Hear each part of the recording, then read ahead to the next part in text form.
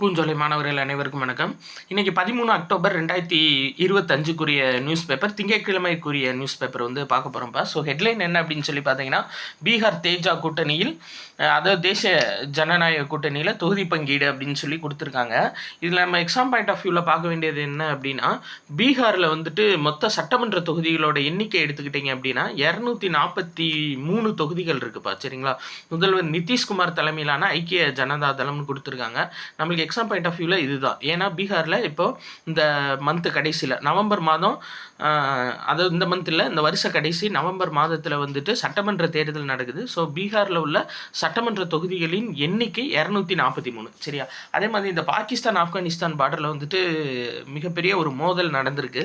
இது என்ன அப்படின்னு பார்க்கப்படுது அப்படின்னா, இப்போ சர்வதேச லெவலில் ஆப்கானிஸ்தானோட வெளியுறவுத்துறை அமைச்சர் வந்துட்டு நம்ம இந்தியா வந்து பேச்சுவார்த்தை நடத்திட்டு இருக்கும்போது ஆப்கான் வீரர்களுக்கும் பாகிஸ்தான் வீரர்களுக்கும் ஒரு மிகப்பெரிய ஒரு மோதல் நடந்திருக்கு. சரிங்களா? ஸோ இது சர்வதேச லெவலில் பார்க்கப்படுது.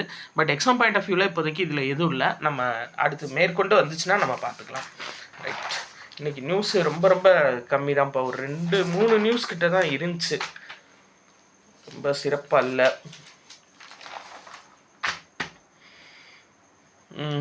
இந்த டிஆர்பி எக்ஸாமில் மொத்தம் 93% பேர் எழுதியிருக்காங்கப்பா. வெறும் 7% பேர் தான் ஆப்சண்ட்டு.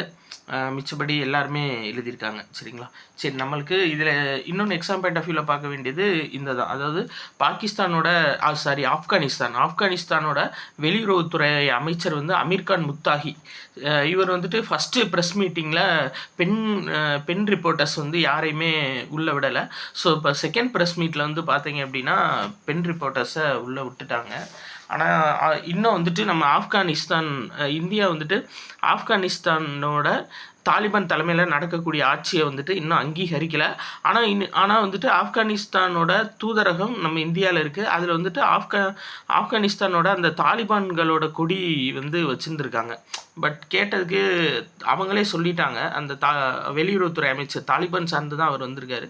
அவர் வந்து இது எங்களோட தேசிய கொடின்ற மாதிரி சொல்லியிருக்காரு. சரி, ரைட்டு. நம்மளுக்கு அது எக்ஸாம் பாயிண்ட் ஆஃப் வியூவில் தேவையில்லை. நம்மளுக்கு தேவை அவர் பேர் வந்துட்டு அந்த முத்தாகி எங்கே இருக்குது, இந்த இருக்குது பாருங்கள், அமீர்கான் முத்தாகி அவர் பேர். சரிங்களா?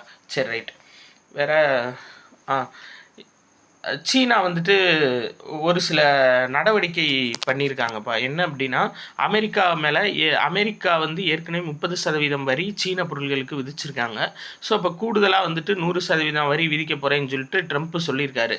அப்போது சீனாவோட நடவடிக்கை என்னவா இருக்குது அப்படின்னு சொல்லி பார்த்தீங்கன்னா, மிகப்பெரிய அரிய கனிமங்கள் நிறையா சைனாலேருந்து தான் கிடைக்கிது உங்களுக்கு.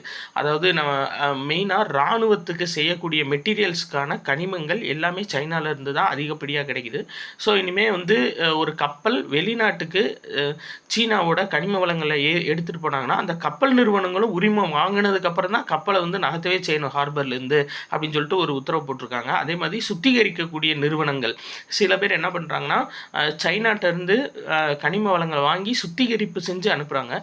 ஸோ அப்படி சுத்திகரிக்கக்கூடிய நிறுவனங்கள் யாருக்கு எந்த நாட்டுக்கு சுத்திகரிக்கிறோம் நாங்கள் அனுப்ப போகிறோம் அப்படின்ற ஃபுல் இன்ஃபர்மேஷன் சைனாக்கு இனிமேல் கொடுக்கணும் அப்படின்ற ஒரு தகவலும் கொடுத்துருக்காங்க. சரிங்களா? இது மிகப்பெரிய ஒரு வர்த்தக போராக தான் இருக்குது.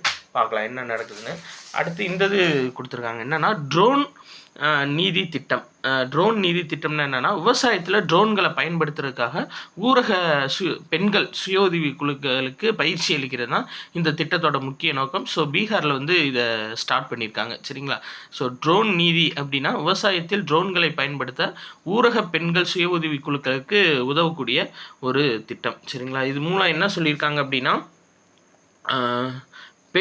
பெண்கள் தொழில்நுட்பத்தை ஏற்றுக்கொள்வதன் மூலம் விவசாயத்தில் புதிய வாய்ப்புகளை உருவாக்குகிறார்கள் அப்படின்ற மாதிரி சொல்லியிருக்காங்க.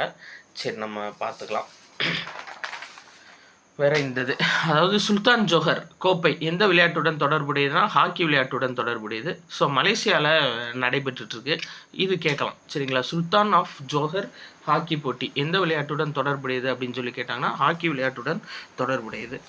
அடுத்து இந்த நியூஸ் ரொம்ப முக்கியமானது. என்னென்னா, ஷாங்காய் மாஸ்டர்ஸ் ஆடவர் டென்னிஸ் போட்டி. இதில் வந்துட்டு மொனாகோ மொனாகோ நாட்டோட வீரர் சரிங்களா. மொனாகோ நாட்டோட வீரர் வாலண்டினா வசெராட் அவர் வந்து சாம்பியன் கோப்பை வென்றிருக்காரு. ஸோ எக்ஸாம் பாயிண்ட் ஆஃப் வியூவில் இது மட்டும் தான் நமக்கு தேவை. ஷாங்காய் மாஸ்டர்ஸ் ஆடவர் டென்னிஸில் ஜெயிச்சது யார் அப்படின்னா மொனாகோ நாட்டோட வீரர் வாலண்டினா வசாரெட், அதாவது வாலண்டின் வசேராட் அவர் பேர் சரிங்களா. அடுத்து சீனாவில் வூஹான் ஓப்பன் மகளிர் டென்னிஸ் போட்டி நடந்திருக்கு. இதில் அமெரிக்காவோட கோகோ கவுஃப் ஜெயிச்சிருக்காங்க.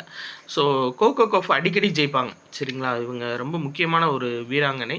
சர்வதேச போட்டியில் 2வது இடத்துல இருக்காங்க. ஸோ கோகோ கவுஃப் வந்துட்டு சீனாவில் நடைபெற்ற வூஹான் ஓப்பன் மகளிர் டென்னிஸில் கோப்பை வென்றிருக்காங்க. சரி, அவ்வளோதான். வேறு இதில் எந்த நியூஸும் இல்லை. இன்றைக்கி நியூஸுன்றது அவ்வளோதான் சரிங்களா. போதும், நம்ம எது தேவையோ அதை மட்டும் படிப்போம். ஸோ டைம் இழுக்கணுன்றக்காக நம்ம நிறையா நியூஸு சொல்லணும் அப்படின்னு கிடையாது. இது மட்டும் இன்றைக்கான நியூஸில் போதும்ப்பா. ஸோ விருப்பப்படுறவங்க இது உங்களுக்கு பிடிச்சிருந்துச்சி, இந்த கரண்ட் அஃபேர்ஸ் பிடிச்சிருந்துச்சி அப்படின்னா கண்டிப்பாக உங்கள் ஃப்ரெண்ட்ஸ் எல்லாத்துக்கும் இதை ஷேர் பண்ணுங்கப்பா. நன்றி.